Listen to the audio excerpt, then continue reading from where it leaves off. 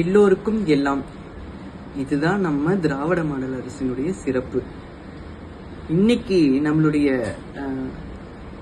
முதலமைச்சர் அவர்கள் ஒரு இன்ப அதிர்ச்சியை விளிம்பு நிலை சமுதாயத்திற்காக, விளிம்பு நிலை மக்களுக்காக அறிவிச்சிருப்பது ரொம்ப சந்தோஷத்துல இருக்கிறோம்.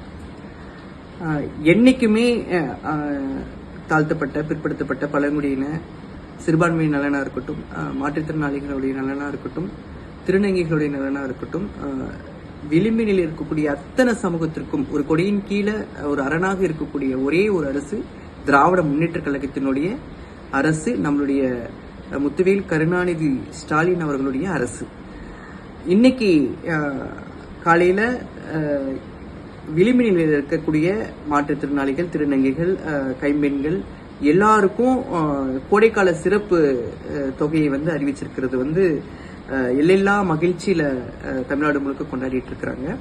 அதுல ஸ்பெசிபிக்கா திருநங்கைகளுக்கு கோடைக்கால நிதியாக 2000 ரூபாயும், நம்மளுடைய மாதாந்திர தொகையிலிருந்து 1500, மொத்தம் 3500 ரூபாய் அறிவிச்சிருக்கிறாங்க.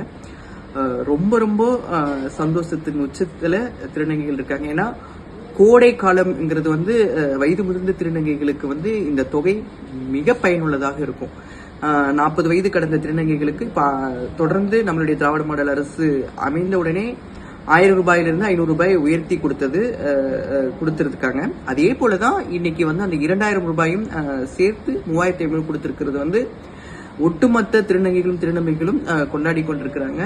இதை அறிவித்த திராவிட மாடல் அரசினுடைய முதல்வர், நம்ம விளிம்பினில் இருக்கக்கூடிய அரணாக பாதுகாக்கக்கூடிய பாதுகாவலர் முத்துவேல் கருணாநிதி ஸ்டாலின் ஐயா அவர்களுக்கு ஒட்டுமொத்த திருநங்கைகள் சார்பாக நன்றியை தெரிவித்துக் கொள்கிறேன்.